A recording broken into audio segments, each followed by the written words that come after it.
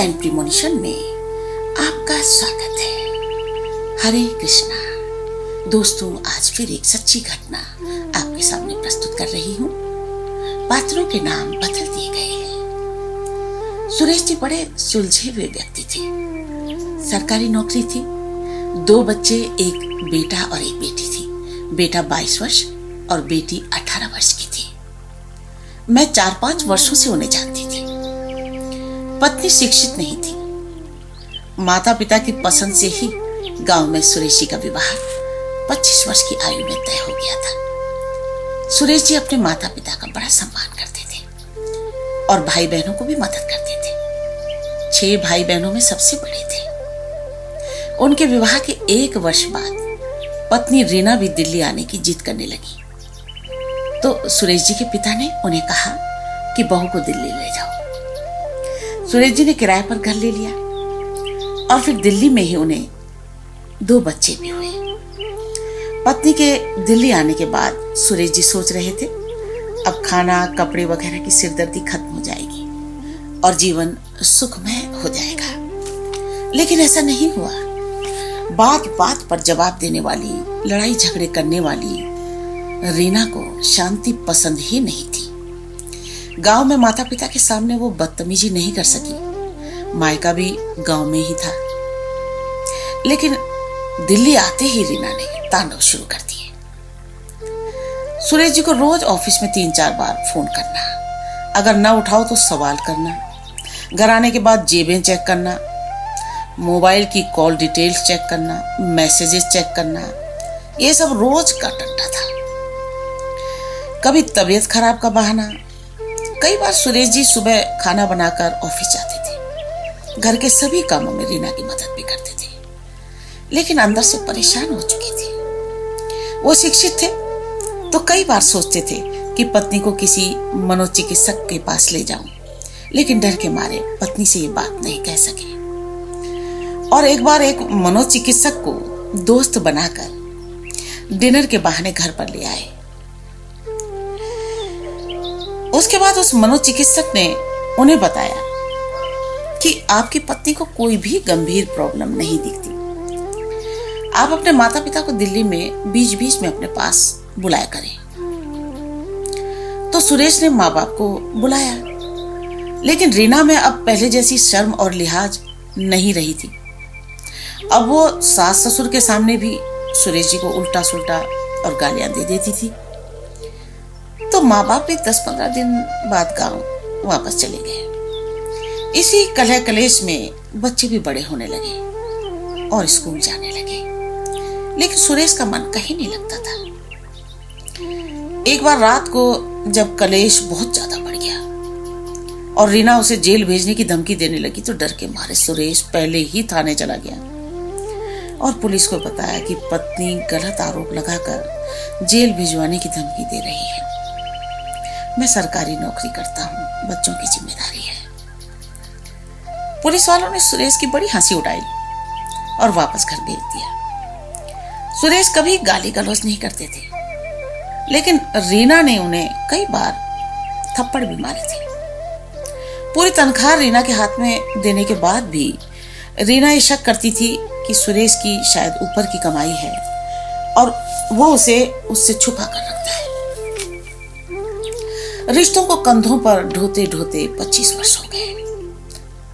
सुरेश ने पत्नी और बच्चों के सुरक्षित भविष्य के लिए LIC पॉलिसी भी करवा रखी थी।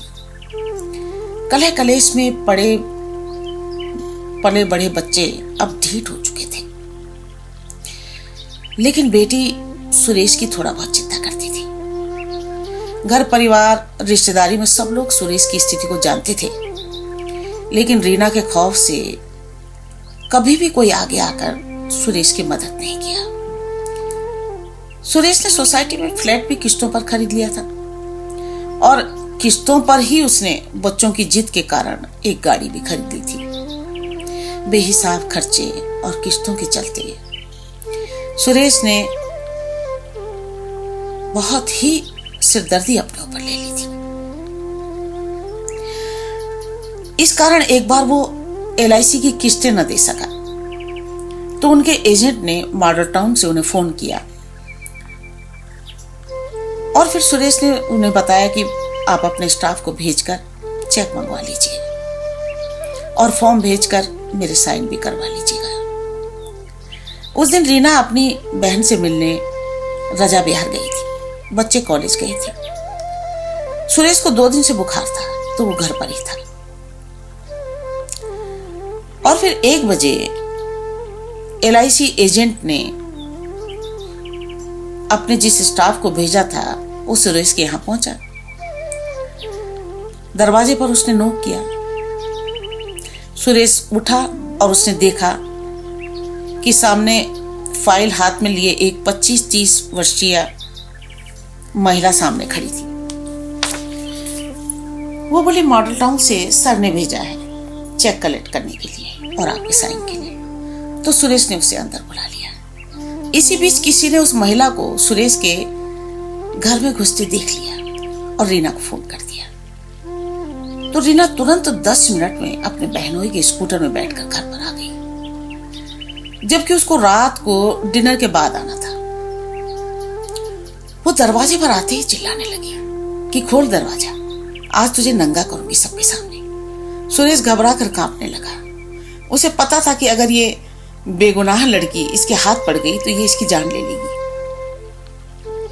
इसीलिए उसने लड़की को अपने फर्स्ट फ्लोर की बालकनी से एक चादर के सहारे नीचे उतारा और उसे बता दिया कि उसकी पत्नी मानसिक रोगी है, इसीलिए क्षमा कीजिएगा, आप यहां से तुरंत चले जाइएगा। सुरेश दरवाजा खोलने गया तो रीना अंदर घुसते ही उसे चप्पलों और लात घूंसों से पीटने लगी।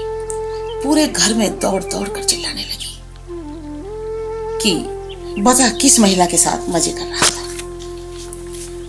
रीना ने रिश्तेदारों को भी फोन कर दिया। देखते ही देखते करीब 40-50 लोग इकट्ठा हो गए। इसी मारपीट में अचानक सुरेश बेहोश हो गया। उसके बाद वहां पुलिस भी आ चुकी थी। रीना पुलिस वालों से कह रही थी कि यह नाटक कर रहा है, आप इसको डंडा मारो, देखो अभी कैसे उठेगा। लेकिन पुलिस वाले समझ चुके थे कि सुरेश को कोई अटैक आया है और पुलिस वाले उसे हॉस्पिटल लेकर गए। उसे ICU में रखा गया। मल्टीपल ऑर्गन फेल्योर के चलते उसके बचने की आशा बिल्कुल नहीं थी। लेकिन 3 दिन ICU में रहा और फिर वार्ड में शिफ्ट कर दिया गया। सुरेश को पहले कोई भी गंभीर बीमारियां नहीं थी, लेकिन अब डॉक्टर ने कह दिया था कि सप्ताह में 3 दिन डायलिसिस करवाना होगा। उसके बाद डिस्चार्ज होकर सुरेश घर आ गया, लेकिन रीना तब भी शांत नहीं हुई। उनके बच्चे उन्हें उठाकर सुबह धूप में पार्क में बैठा दिया करते थे।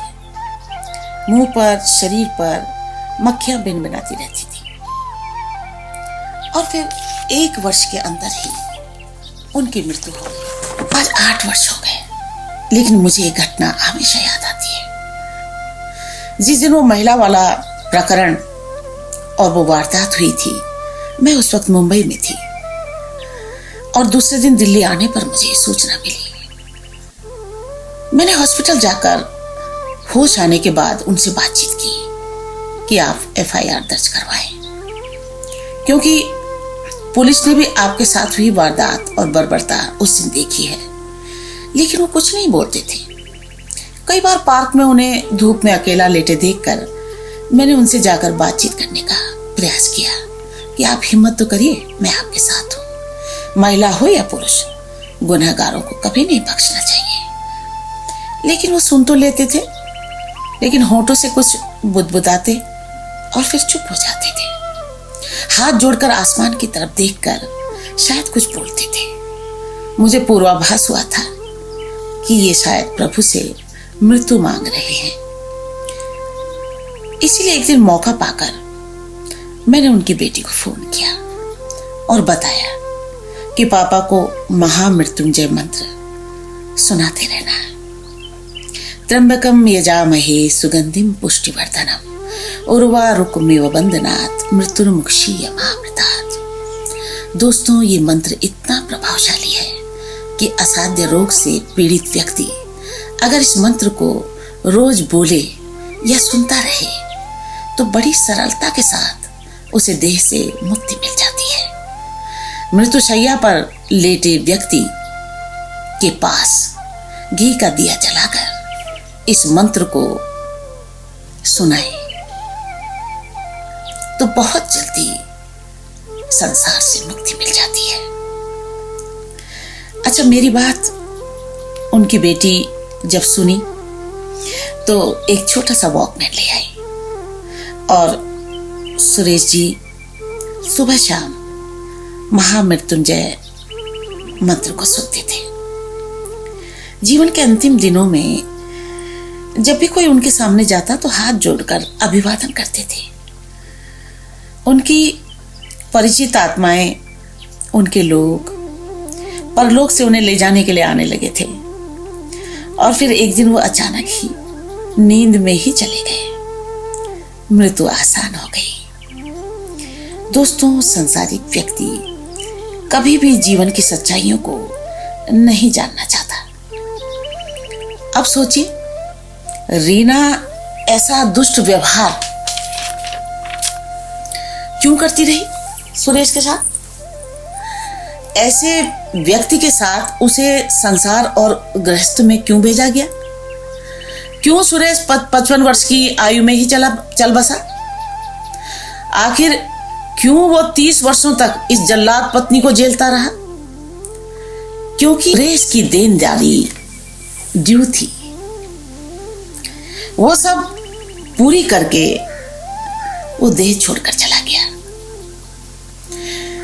उसके मरने के बाद परिवार को काफी रुपया, मकान, पॉलिसी के रुपए मिले, लेकिन सुरेश एक भी दिन चैन से नहीं जिया। अपने माँ बाप के साथ गुजारे 25 वर्ष ही उसके जीवन का सुखद समय रहा। अब दिमाग पर जरा जोर डालिए कि बचपन में एक दूसरे के लिए मरने वाले भाई बहन विवाह के बाद एक दूसरे के खून के प्यासे क्यों हो जाते हैं? क्यों इतनी ड्रामेबाजी चलती है? भाई भाई की हत्या कर देता है, बहन अपनी बहन को बर्बाद करने के लिए पूरा जीवन लगा देती है। जिस माँ ने आपको जन्म दिया उसके प्रति भी दया भाव खत्म हो जाता है। मैंने स्वयं कई ऐसे आपराधिक मामलों में कार्रवाई करवाई है। जन्म के तुरंत बाद जो भी लोग आपसे जुड़ते हैं, माँ बाप से लेकर भाई बहन, रिश्तेदार, पुत्र पुत्री, इन सब का आपके साथ एक कार्मिक अकाउंट जुड़ा है। ये सब अपना अपना रोल निभाकर चले जाएंगे। इनके पीछे ज्यादा परेशान होने की आपको जरूरत नहीं है। जो भी व्यक्ति इस गहराई को समझ गया उसे कभी भी कोई बड़ी जिम्मेदारी बोझ नहीं लगती, क्योंकि वो हर जिम्मेदारी को बड़ी निष्ठा और प्रेम से निभाता है और जानता है कि कब किस घड़ी में क्या हो जाए कुछ भी निश्चित नहीं है। इसीलिए अच्छे कार्य करते रहें और मृत्यु को हमेशा याद रखें। जो व्यक्ति मृत्यु को याद रखता है वो कभी भी लालच और गलतियां नहीं करता। जब मैं था तब हरि नहीं, अब हरि है मैं नाही, सब अंधियारा मिट गया, दीपक देखा माही। Thank you.